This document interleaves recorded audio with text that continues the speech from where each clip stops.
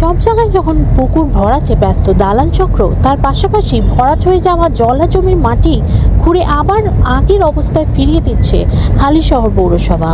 হালিশহর পৌরসভার 13 নম্বর ওয়ার্ডে Nabanagar main road ভাতৃসংঘ সংলগ্ন পুকুর রয়েছে 9 শতক জমি। 1916 সাল থেকে তিল তিল করে বুঝিয়ে ফেলা হয়েছে এই পুকুরটি। এখানে সেই সক্রিয় দালাল চক্র, আর এই দালাল চক্রের বিরুদ্ধেই পথে নামেন হালিশহর পৌরসভার চেয়ারম্যান শুভঙ্কর ঘোষ।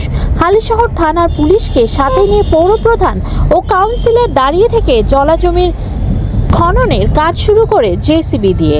হালিশহর পৌরসভার চেয়ারম্যান শুভঙ্কর ঘোষ বলেন, জমির মালিক দালাল চক্রের কাছে জমি নিয়ে দিয়েছেন। আমরা সেই প্রমোটারের সন্ধান পেয়েছি। পুকুরের মাটি খোঁড়া হচ্ছে, যদি বাধা দিতে আসে আইনত ব্যবস্থা নেব। হ্যাঁ, কতদিন যাবত ছিল পুকুরটা? আমরা 2001 সালে এখানে বাড়ি করেছি, তখন দিয়েই পুকুর দেখেছি। এবার 1 সাল থেকে এটা কত সাল হচ্ছে, এই 2009-10 সালে এটা ভরিয়েছে। 2009-10 সালে পুকুরটা বোঝাই ভরাট ভরিয়েছে। এখন এখন কি পুকুর কি হচ্ছে এখন এখানে? এখন পুকুরটা বোঝাই হয়ে তারপরে কিছু গাছপালা, কলা গাছ, কিছু গাছ টাছ লাগিয়েছিল শম্ভু মজুমদার, ওই কিনেছিল প্রদীপ মিত্রের কাছ থেকে। এবার শম্ভু মজুমদার কিনে গাছ টাছ লাগিয়েছিল, তারপরে লাগানোর পরে এই কিছুদিন শুনছি, 1 বছর ধরে শুনছি শম্ভু বিক্রি করে দিচ্ছে। কাকে দিচ্ছে? ওই দানাদারের কোন দাদা আছে, কাকার ছেলে আছে, বাংলাদেশে থাকে, সেই বাংলাদেশের লোকরা এই জমি কিনেছে 2 ভাগে, 2টো প্লটে হয়েছে, মানে 4 কাঠা করে 8 কাঠা।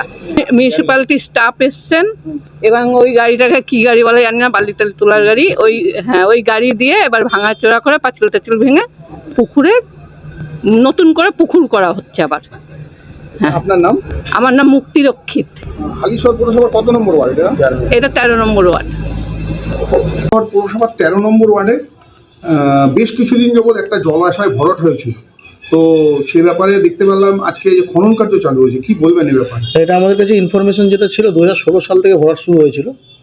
15-16 সাল পাবলিকের কাছে যা শোনা যাচ্ছে 2009-10 থেকে শুরু হয়েছিল।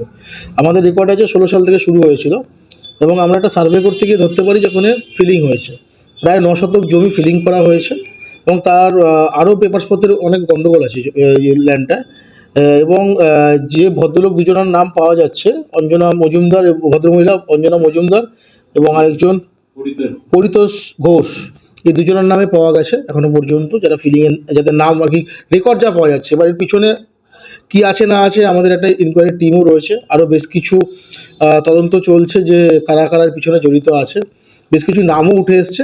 আমরা আজকে খোঁড়া শুরু করা হলো, তাদেরকে নোটিশ দেওয়া হয়েছিল, এবং পরিতোষ ঘোষ নিজে হিয়ারিংয়ে এসেছিলেন, তিনি ডিটেলস বলে গেছেন এর পিছনে কে আছে। আমরা সেটা রেকর্ডিং করেছি, সেটা আমরা প্রশাসনকে দেবো, এবং এসডিও সাহেবের নলেজেও আমরা দিয়েছি। আজকে যে খোঁড়া শুরু হয়েছে তাকেও নলেজে দেওয়া হয়েছে। এবং এই যে হিউজ পরিমাণে খরচা হবে এটা করতে গেলে, এই ক্লেমটাও এদের দুজনের ওপর করা হবে মিউনিসিপ্যালিটি বোর্ডের পক্ষ থেকে। যত টাকা খরচা হচ্ছে আমরা সেটাকে খাতা নোট করছি, এবং আমাদের যে টিম যাচ্ছে তারা রেকর্ড করছে।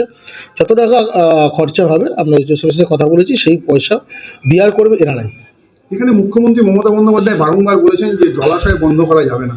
সেই জায়গায় দাঁড়িয়েও 2009-10-এও কি তার পরবর্তীকালেও বেশ কিছু জলাশয় বন্ধ হচ্ছে, তা এইটাকে আপনি কীভাবে দেখছেন? দেখুন, অলরেডি আমরা এই 1-1.5 বছরের মধ্যে বর্তমান বোর্ডের পক্ষ থেকে 12 থেকে 13 খানা পুকুর আমরা হালিশহরে খুঁড়ে দিয়েছি, এবং যেগুলো খোঁড়া হচ্ছে মিউটেশন ক্যান্সেল হচ্ছে।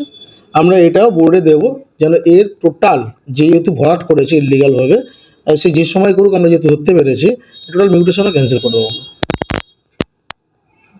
প্রশাসনিক কোনো পদক্ষেপ নেবেন? 100% এফআইআর হচ্ছে। আমরা থানাকে ইন্টিমেশন দিয়েছি, আমরা ওই রেকর্ডগুলো তুলছিলাম এতদিন ধরে, সব রেকর্ড হাতের সামনে চলে এসেছে, এবার এফআইআর হবে।